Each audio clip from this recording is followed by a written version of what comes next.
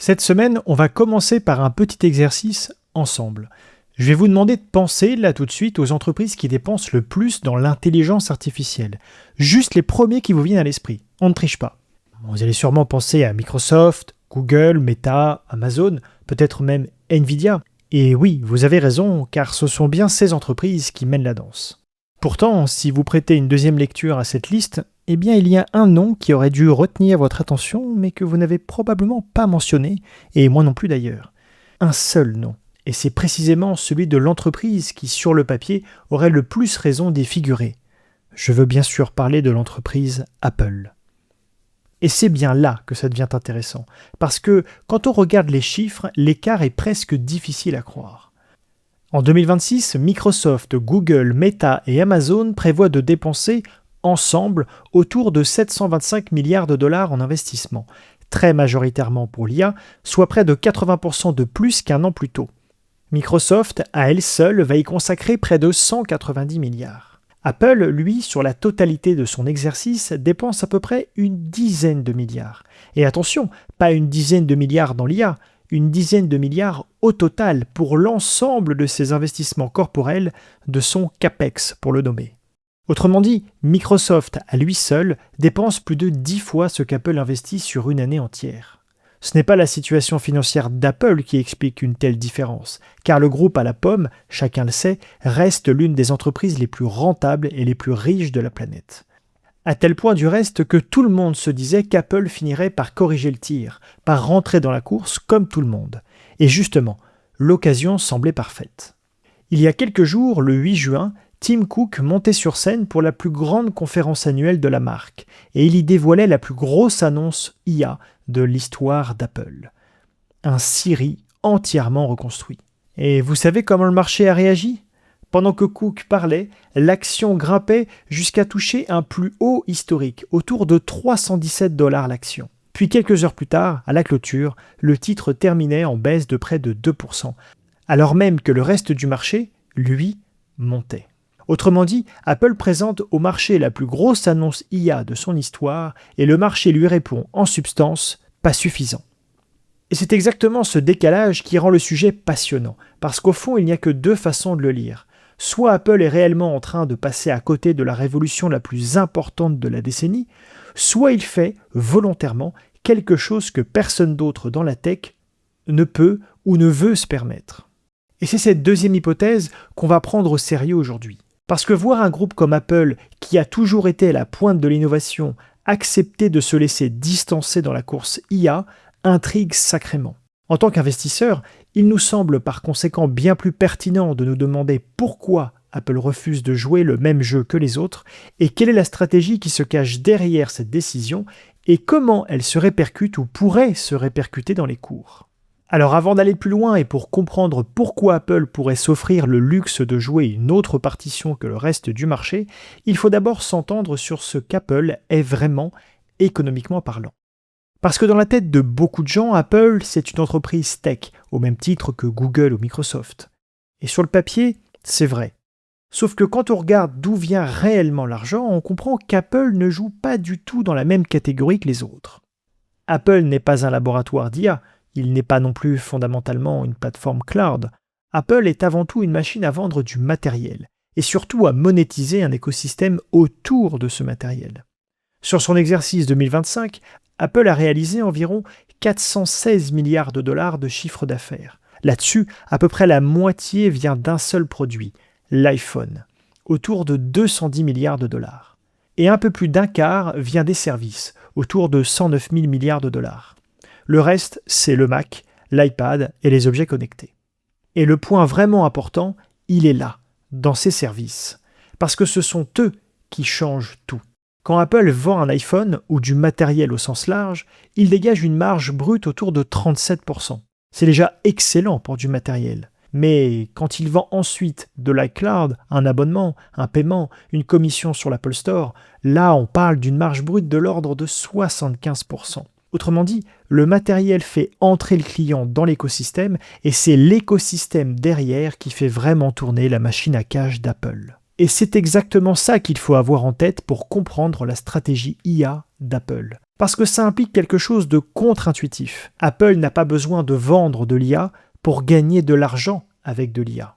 Pour OpenAI ou Anthropic, le modèle d'IA est le produit. C'est ce qu'ils vendent. Pour Microsoft et Google, l'IA est devenue une couche stratégique qu'il faut intégrer partout, dans le cloud, dans la recherche, dans la bureautique, dans la publicité. Elle sert à défendre ou à argumenter des lignes de revenus déjà existantes. Pour Apple, ce n'est pas la même logique. L'IA, ici, ce n'est pas un produit qu'on vend séparément. Non, l'IA est une fonctionnalité qui rend l'iPhone encore plus indispensable, qui garde le client dans le jardin clos, qui protège, au fond, toute cette mécanique de service. Le retour sur investissement n'est pas direct, il est indirect. Mais il y a un autre détail pour le moins surprenant. Vous savez quel est le moteur de recherche par défaut sur votre iPhone ? Eh bien, c'est Google. Et vous savez combien Google paie Apple chaque année pour conserver cette place ?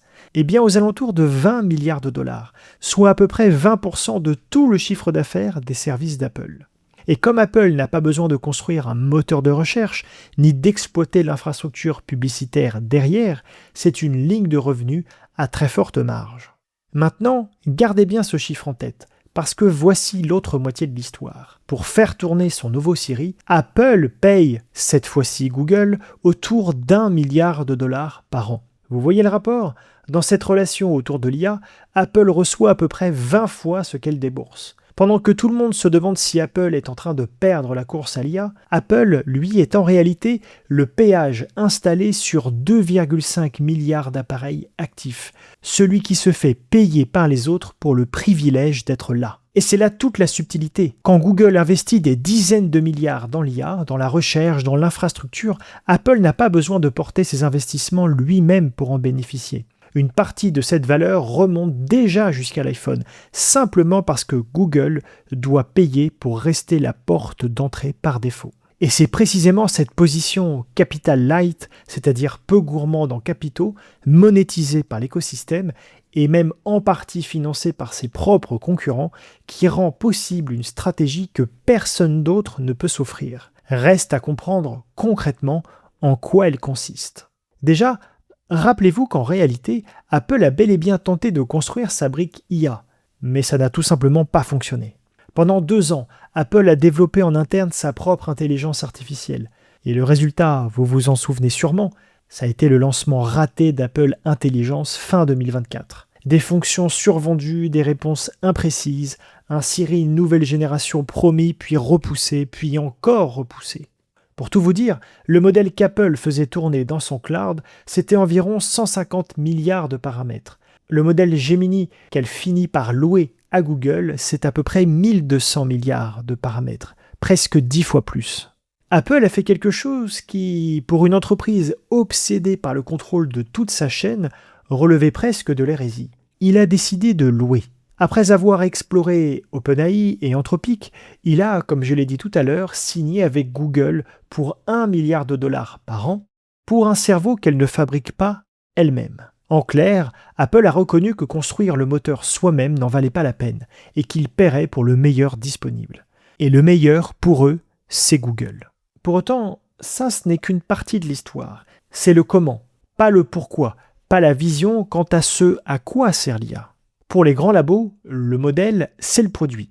On ouvre ChatGPT, on ouvre Claude, c'est une destination. Pour Apple, l'IA n'est pas une destination, c'est une fonctionnalité, quelque chose d'intégré à l'appareil que vous avez déjà dans la poche et que vous n'avez même pas besoin d'aller chercher. Apple n'a pas simplement branché Siri sur l'API Gemini, il a utilisé les technologies derrière Gemini pour construire, avec Google, une nouvelle génération d'Apple Foundation Models. Avant d'aller plus loin, les Apple Foundation Models sont les modèles d'IA de base qui alimentent Apple Intelligence. Siri, les outils d'écriture, les résumés, les automatisations, etc., etc. Ils jouent chez Apple un rôle comparable à celui de GPT chez OpenAI ou Gemini chez Google. Certains tournent directement sur l'appareil et les requêtes les plus lourdes passent par Private Cloud Compute, y compris sur une infrastructure Google Cloud sécurisée mais contrôlée par Apple. À partir de là, la proposition de valeur est la suivante. Soit vos données restent sur l'appareil, soit sur un cloud privé. Et vous ne touchez jamais, concrètement, ni au code, ni au serveur de Google. Autrement dit, la différenciation d'Apple, ce n'est pas notre modèle est plus intelligent. Apple l'admet, elle loue le cerveau de Google. Non, la différenciation, c'est notre IA respecte mieux votre vie privée et elle est déjà partout où vous êtes déjà. Et ce déjà partout où vous êtes, c'est la véritable arme d'Apple. Pensez à ce qu'OpenAI a dû accomplir. ChatGPT a conquis le monde à la dure, utilisateur par utilisateur. On parle d'aujourd'hui environ 900 millions d'utilisateurs par semaine. C'est juste colossal. Sauf que chacun a dû le découvrir par soi-même, en le téléchargeant, en le choisissant. Siri, lui, n'a pas besoin d'être choisi. Il est déjà là, présent sur 2,5 milliards d'appareils par défaut. Et il est déjà capable d'opérer des actions sur l'appareil que vous utilisez. Pour paraphraser le célèbre analyste Ben Thompson, l'assistant qui est déjà sur l'appareil dispose d'un avantage de distribution qu'aucune application indépendante ne peut égaler. Si on prend de la hauteur, en réalité, tout ça est cohérent avec la façon dont Apple a toujours fonctionné. Il n'a jamais été le premier, ni avec l'ordinateur personnel, ni même avec le smartphone, ni même avec les écouteurs sans fil, et encore moins avec la montre connectée. À chaque fois ou presque, Apple a laissé les autres défricher, prendre les premiers risques, brûler le capital. Puis il est arrivé, plus tardivement, certes, mais avec la version qui, elle, fonctionne vraiment et qui capte la valeur. Apple est rarement le pionnier, mais il est celui qui rentabilise la route ouverte par les pionniers. Et sur l'IA, il fait exactement la même chose. Laisser les autres dépenser les quelques 600 ou 700 milliards et arriver quand la technologie est mûre et le chemin vers le profit enfin clair. Voilà pour la stratégie sur le papier. Capital Light, l'IA comme fonctionnalité plutôt que comme destination, la confidentialité comme argument, la distribution par défaut et un retard parfaitement assumé. C'est cohérent, voire même doté d'une certaine élégance. Pour autant, cohérent sur le papier et bon pour celui qui détient l'action, ce sont deux choses différentes. Alors regardons ce que cette stratégie change concrètement pour un actionnaire d'Apple. Pendant que les autres géants engloutissent des centaines de milliards de dollars dans des data centers et voient mécaniquement leur trésorerie fondre, Amazon devrait même passer en flux de trésorerie libre négative cette année. C'est-à-dire dépenser plus de cash qu'elle ne génère une fois ses investissements financés. Apple, lui, continue de produire du cash à un rythme que très peu d'entreprises au monde peuvent suivre. Regardez son dernier trimestre, 111 milliards de dollars de chiffre d'affaires, en hausse de 17%. Le CA sur le seul segment de l'iPhone en hausse de 22%, et dans la foulée, un nouveau programme de rachat d'actions de 100 milliards de dollars. Et c'est là tout le pari de la thèse favorable à Apple. Si jamais les autres ont trop construit, si une partie de ces centres de données se révèle surdimensionnée, et c'est un vrai débat aujourd'hui sur les marchés, alors la faiblesse supposée d'Apple, le fait de louer plutôt que de construire, se transforme en avantage. Pas de capex à perte, pas de risque de bilan, juste une machine à cash qui tourne et qui rend l'argent aux actionnaires. Pour autant, ce bouclier n'est pas parfait, parce qu'Apple, même sans participer à la course, n'échappe pas totalement à ses effets. La ruée vers l'IA a créé une pénurie de mémoire. Les prix des mémoires des smartphones ont bondi d'environ 90% sur le premier trimestre 2026, avec encore 30% attendus sur le suivant, selon le cabinet Omdia. Or, Apple, pour fabriquer ses iPhones et ses Mac, en achète d'énormes quantités. Résultat, même si sa marge brute a atteint 49,3% au dernier trimestre, Apple prévient qu'elle devrait retomber entre 47,5 et 48,5 au trimestre suivant, notamment sous l'effet de coûts mémoire significativement plus élevés. Autrement dit, par un effet de ricochet assez ironique, Apple finit quand même par payer un peu le capex des autres. Pas en construisant des data centers, mais en payant ses composants plus chers. Le modèle Capital Light protège du gros risque, mais il ne met pas totalement à l'abri. Et c'est exactement ce type de lecture, distinguer ce qu'une entreprise subit de ce qu'elle choisit et repérer ce qui est déjà dans les cours avant d'agir, qu'on cherche à vous transmettre chez Synapse. Si cette façon de regarder les marchés vous parle, inscrivez-vous gratuitement à notre newsletter. L'objectif n'est pas de vous donner des tuyaux, mais de vous aider à lire un dossier comme quelqu'un qui sait ce qu'il regarde. Une stratégie, une valorisation, ce qui est déjà pricé, mais aussi ce qui ne l'est pas. Le lien est en description et en commentaire épinglé. Cela étant dit, revenons-en à notre sujet. Parce que oui, ce tableau a l'air solide, mais ne l'est-il pas un peu trop ? Et la vraie question maintenant, c'est de savoir ce qui pourrait le faire dérailler. Il y a, à notre sens, 4 risques à surveiller. Tout d'abord, il faut aborder le risque de parité. Apple loue le cerveau de Google, d'accord, mais ce cerveau, Gemini, n'est pas une technologie exclusive à Apple. Google le propose déjà au grand public, aux développeurs, aux entreprises. Donc finalement, tout l'enjeu est de savoir si Apple va réussir à faire mieux avec Gemini que Google lui-même. Et quand nous disons faire mieux, nous parlons de l'expérience finale. Est-ce que Siri branché à vos messages, vos calendriers, vos photos, vos applications, votre contexte personnel peut devenir plus utile que Gemini installé comme application sur votre smartphone et avec un usage de chatbot? Et c'est là que se joue toute la différence. Si Apple transforme Gemini en assistant profondément intégré à l'iPhone, il crée une vraie valeur. S'il ne fait que mettre une couche Apple par-dessus le même modèle que tout le monde, alors la différenciation devient beaucoup plus fragile. L'analyste Ming-Chi Kuo, qui est pourtant plutôt favorable au titre, résume le dilemme avec brio. Si Apple n'y parvient pas, alors c'est Gemini qui fixe le plafond de son expérience, un plafond défini par un modèle qu'Apple ne contrôle pas. Ce qui voudrait donc dire qu'Apple aurait payé 1 milliard par an pour rattraper son retard, mais pas pour se différencier. Mais cette dépendance à Google, elle, va dans les deux sens. Souvenez-vous, Google verse à Apple environ 20 milliards de dollars par an pour rester le moteur de recherche par défaut. Sauf que ce versement, c'est précisément ce qu'un tribunal américain a jugé comme problématique, en condamnant Google pour monopole dans la recherche. Les alternatives sont encore en discussion, mais une partie de ces 20 milliards est aujourd'hui sous menace réglementaire. Et de l'autre côté, un nouvel accord autour de Gemini attire exactement le même genre de critique. Une professeure de droit à la concurrence à Vanderbilt, interrogée par le Financial Times, explique que ce deal crée un second tuyau exclusif entre Apple et Google. En conséquence de quoi, Apple est donc exposé à l'antitrust des deux côtés, sur l'argent qu'il reçoit et sur la technologie qu'il utilise. Puis, si on se projette un peu, aujourd'hui, certes, l'IA est une fonctionnalité posée par-dessus iOS, mais si demain l'assistant devient l'interface principale, la couche par laquelle on fait absolument tout sur son téléphone, ça peut vite poser problème, car cette couche, c'est précisément ce qu'Apple ne possède pas. Or, pour une entreprise dont la promesse repose sur le contrôle de sa plateforme, ça risque de faire un petit peu tâche. Et enfin, pour être plus terre-à-terre, parlons valorisation. Parce que tout ce que je viens de vous dire, pour le moment, le marché ne le price pas comme un problème. Aujourd'hui, l'action se paye autour de 35 fois ses bénéfices, alors que sa moyenne de la dernière décennie tourne plutôt autour de 25, soit à peu près 30 à 40% plus cher que sa propre norme historique. Donc non, le marché ne valorise pas Apple comme un retardataire de l'IA, mais comme une entreprise qui va réussir. Et c'est peut-être finalement le risque principal. Je m'explique. Quand le scénario favorable est déjà dans le cours, il reste très peu de marge en cas de déception.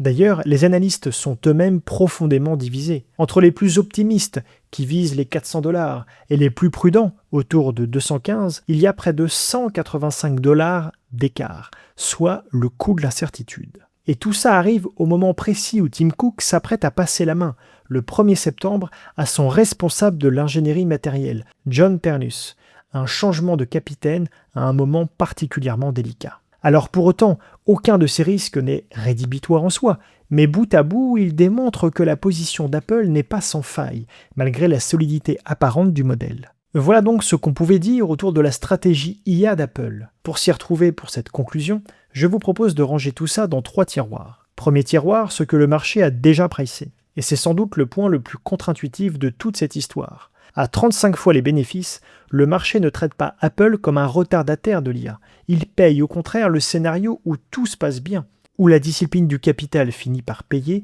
et où le nouveau Siri tient ses promesses. Autrement dit, le pessimisme sur Apple est en retard n'est pas vraiment dans le cours. C'est plutôt l'optimisme qui y est. Et ça laisse très peu de marge en cas de déception. Deuxième tiroir, ce qui reste une vraie question ouverte. Et là, honnêtement, personne ne connaît encore la réponse.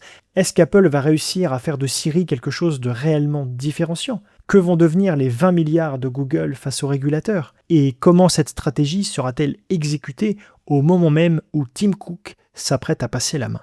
Autant d'inconnus qui ne seront probablement pas tranchés avant plusieurs trimestres. Et enfin, troisième tiroir, ce qui n'est peut-être pas assez considéré, à savoir la puissance du modèle Capital Light d'Apple, dans un environnement où il n'est pas improbable que les autres aient investi trop tôt, trop vite est probablement trop fort. Un modèle qui repose sur un parc de 2,5 milliards d'appareils, une distribution que personne ne peut vraiment égaler, et qui est également fondé sur une capacité historique à arriver certes en retard, mais à capter quand même une grande partie de la valeur. La stratégie d'Apple est donc bien plus cohérente que ne le dit la caricature du retard. Elle est même sans doute créatrice de valeur, et c'est notre conviction.